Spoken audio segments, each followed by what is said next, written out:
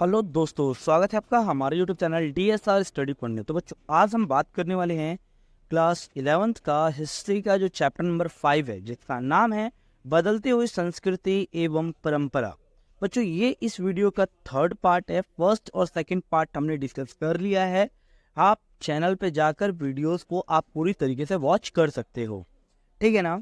तो अब इसमें हम बात करेंगे कि आखिर जो यूरोप है, यानी यूरोप में महिलाओं की स्थिति किस प्रकार की थी पूर्ण जागरण काल में।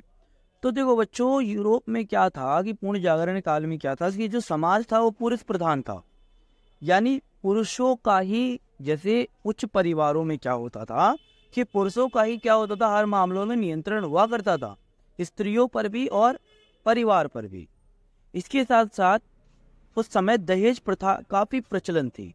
जैसे कहने का मतलब क्या है कि जैसे कि अगर पुरुष को क्या होता था, महिलाओं द्वारा जो दहेज मिलता था उसको वो लोग क्या करते थे, एक नए व्यापार को स्थापित करने के लिए लगाया करते थे।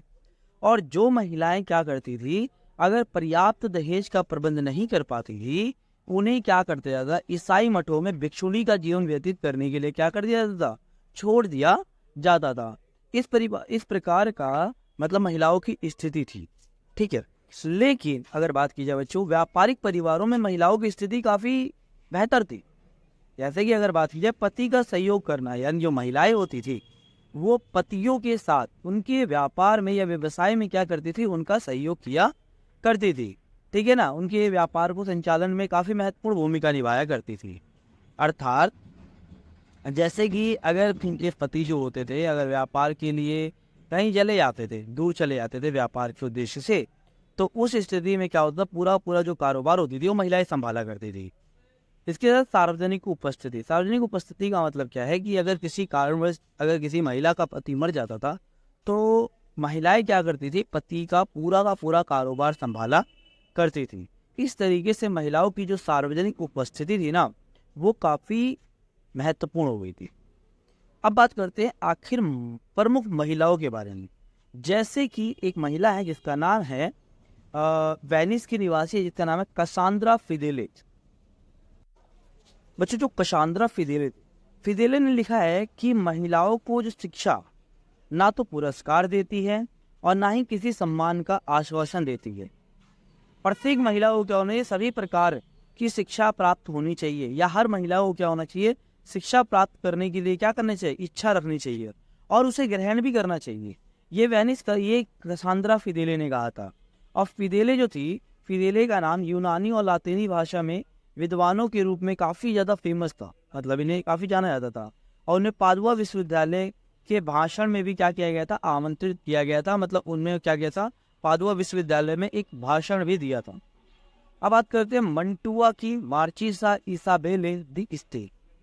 इन्होंने अपनी पति की अनुपस्थिति में, यानी पति की क्या हो गई थी बच्चों, किसी कारणवश मृत्यु हो गई थी, तो अपनी पति की उपस्थिति में अनुपस्थिति राज्य पर शासन किया था। मंटुआ जो राज्य था उस पर शासन किया था। मंटुआ एक छोटा सा राज्य था और उसका जो राज दरबार था वो अपनी बुद्धिमत्ता के आधार पर इसका चलाया करती थी। महिलाओं की रचना में उनके इस अगर विश्वास को अगर देखा जाए तो काफी ज्यादा प्रभावित माना जाता है। उन्हें पुरुष प्रधान समाज में अपनी पहचान बनाने के लिए काफी ज्यादा संघर्ष भी किया था। मतलब किसने किया था, कसांद्रा, जैसे मार्चिसा इसाबेला देस्ते, है ना बच्चों। तो ये दो महिलाओं के नाम काफी ज्यादा इतिहास में विख्यात हैं। अब बात करते हैं बच्चों कि मैंने आप लोगों को ये बताया था कि सबसे पहले छापे खाने का आविष्कार, यानी प्रिंटिंग प्रेस का जो आविष्कार हुआ था वो हुआ था यूरोप में, ठीक है। जोहान्स गुटेनबर्ग द्वारा 1455 में छापे खाने का आविष्कार किया गया था और जिसमें पहली पुस्तक छापी गई थी, क्या नाम था बच्चों, बाइबल की 150 कॉपीज छापी गई।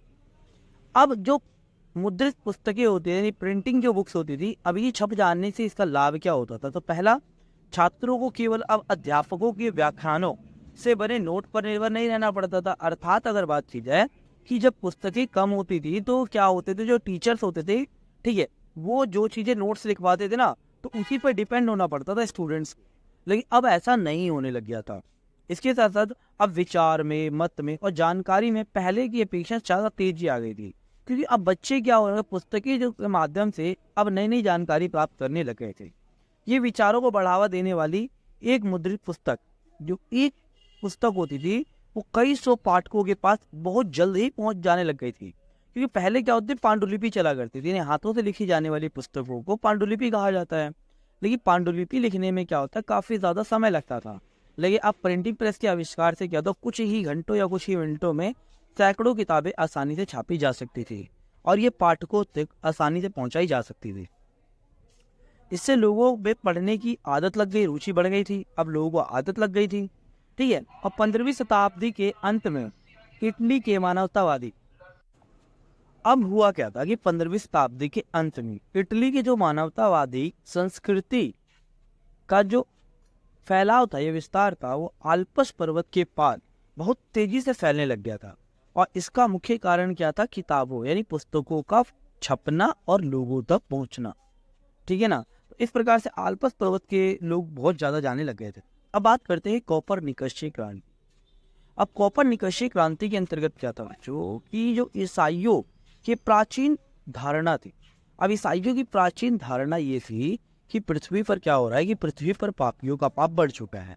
अब पृथ्वी मनुष्य ने इतना ज्यादा पाप कर दिया है कि पृथ्वी जो है वो स्थिर हो चुकी है, यानी रुक चुकी है, ठीक है ना। पृथ्वी जो हो चुकी है वो रुक चुकी है, ठीक है। और सूर्य समेत सभी ग्रह क्या करते हैं, पृथ्वी की परिक्रमा करते हैं, ठीक है। ये था, मतलब ये चर्च ये बता रहा था लोगों को, ठीक है ना, कि सूर्य समेत सभी ग्रह क्या करते हैं, पृथ्वी के चक्कर लगाते हैं और पृथ्वी क्या है बच्चों, स्थिर है। लेकिन क्या हुआ, कोपरनिकस फिर वैज्ञानिक यानी वैज्ञानिक द्वारा प्राचीन धारणा में कुछ परिवर्तन किया गया। जैसे कि कोपरनिकस जो थे, कोपरनिकस द्वारा ये बताया गया कि भाई ये चीज तो गलत है। उन्होंने ये कहा कि सूर्य स्थिर नहीं है, तो पृथ्वी स्थिर नहीं है, सॉरी पृथ्वी स्थिर नहीं है, सूर्य स्थिर है। और पृथ्वी समेत सभी ग्रह क्या करते हैं, सूर्य की परिक्रमा करते हैं।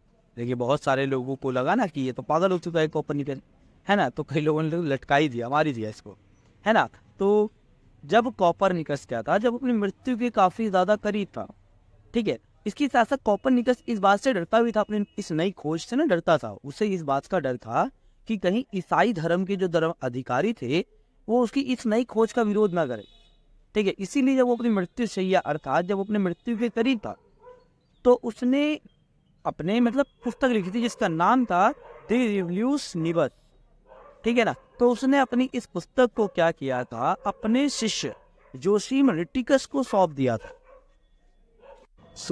इसको क्या कर दिया था, मतलब जोसीम रिटिकस को सौंप दिया। और फिर कई शताब्दियों बाद क्या हुई थी, फिर उसकी पुस्तक को प्रकाशित किया गया था। इसके साथ साथ जोहानिस केपलर, ठीक है, और गैलीलियो गैलीली ने क्या किया था, अपने लेखों में क्या बताया था, स्वर्ग और पृथ्वी के बीच जो अंतर है ना, उसको उसने समाप्त किया था। उसने बताया स्वर्ग और पृथ्वी में क्या डिफरेंस है, इसने ये बात को बताया था। केपलर ने अपना एक ग्रंथ यानी पुस्तक लिखी थी जिसका नाम था कॉस्मोग्राफिकल मिस्ट्री, अर्थात खगोलीय रहस्य यानी ग्रहों का रहस्य। में कोपरनिकस ने क्या किया था, सूर्य की केंद्रित सौर मंडलीय सिद्धांत को लोकप्रिय बनाया था। मतलब कोपरनिकस ने जो ये नहीं बताया था कि सूर्य स्थिर है और पृथ्वी समेत सभी ग्रह क्या कर रहे हैं, सूर्य की परिक्रमा कर रहे हैं, इसको काफी ज्यादा लोकप्रिय बनाया, लोगों तक इस बात को पहुंचाई थी, ठीक है बच्चों। चलो नेक्स्ट टॉपिक है हमारा बच्चों मार्टिन लूथर। अब मार्टिन लूथर था कौन भाई, तो बच्चों देखो मार्टिन लूथर जो था वो एक धर्म सुधारक था जिसने चर्च के विरुद्ध क्या हुई थी, आवाज उठाई। उसे लगता था भाई चर्च है ना बहुत सारी चीजें गलत कर रहा है, इसीलिए मार्टिन लूथर ने क्या किया था, एक धर्म सुधारक था और इसने एक आंदोलन चलाया। इससे ही इसके द्वारा चलाए गए आंदोलन को प्रति सुधार आंदोलन कहा जाता है। इसे प्रति सुधार आंदोलन भी कहा जाता है, इसे धर्म सुधार आंदोलन भी कहा जाता है, इसे प्रोटेस्टेंटवाद भी कहा जाता है। इस प्रकार के द्वारा इसके द्वारा यह आंदोलन चलाया गया। अगर बात की है धर्म सुधार आंदोलन के आखिर कारण क्या थे, तो पहला क्या था, भोग विलासी जीवन बिताना। अर्थात जो चर्च जो था ना बच्चों, वो क्या कर रहा था, उसने काफी ज्यादा धन संपदा एकत्र कर ली थी और उच्च पदों पर जो नियुक्त पादरी होते थे ना, अब वो भोग विलासी जीवन बिताने लग गए थे, जिसके कारण लोग क्या हो गए थे, चर्च के विरुद्ध हो गए। कॉमन सी बात है ना, चर्च को ऐसा जीवन जीने का अधिकार नहीं था, ठीक है, लेकिन वो लोग इस प्रकार का जीवन जी रहे थे, लोग इसके विरुद्ध हो गए। इसके साथ पादरियों के पदों को बेचना। उस समय क्या होता था, चर्च जो होता था वो पादरियों के पदों को बेचा करता था। हमने तो पहले पढ़ रखा था, 3 वर्ग में हमने कंडीशन पढ़ रखी थी, लेकिन यहाँ तो पादरी के पद, जिसके पास पैसा हो, चाहे शादी कर रखी हो ना कर रखी हो, पैसा हो आप पादरी बन जाओ। तो इस प्रकार का सिस्टम था यहाँ। इसके साथ माफ़ीनामा बेचना, यानी चर्च क्या करता था, माफ़ीनामा बेचा करता था। अब माफ़ीनामा क्या था बच्चों की, यानी अगर कोई है ना क्राइम करता था, कोई अपराध करता था, तो अपराध करने के बाद चर्च के पास जाता था और उस अपराध का क्षमा मांगने के लिए चर्च को क्या कहता था कि भाई मुझे क्षमा कर दो, मुझे माफ़ीनामा दे दो। तो एक पत्र पे वो क्या कर देते थे, वो उसके प्रायश्चित को लिख दिया करते थे, उसे दे दिया करते थे। तो लोग समझते थे हाँ भाई मेरा प्रायश्चित हो चुका है, तो चलो नई तरीके से क्राइम किया है। तो इस तरीके का अंधविश्वास था वहाँ, है ना। इसके साथ साथ विभिन्न प्रकार के कर वसूलना, यानी चर्च को क्या करता था कि लोगों से बहुत सारे प्रकार के क्या करता था, कर वसूला करता था और ऐशो आराम का जिंदगी व्यतीत किया करता था। इसीलिए क्या हो, लोग उसके विरुद्ध हो गए। लोग मतलब अलग लगे, अब भाई चर्च क्या कर रहा है, गलत कर। ठीक है बच्चों, अब बात करते हैं आखिर धर्म सुधार आंदोलन के उद्देश्य क्या थे, या मार्टिन लूथर ने धर्म सुधार आंदोलन चलाया क्यों था। हमने कारण तो पढ़ लिया था, उद्देश्य की बात करते, उद्देश्य अलग होता है। तो ये उद्देश्य पहला चर्च की निरंकुशता पर अंकुश लगाना था। ठीक है, चर्च क्या करता है, निरंकुश हो गया था, उसकी शक्ति पर कोई अंकुश नहीं लगा पा रहा था, तो उसकी निरंकुशता पर अंकुश लगाना था।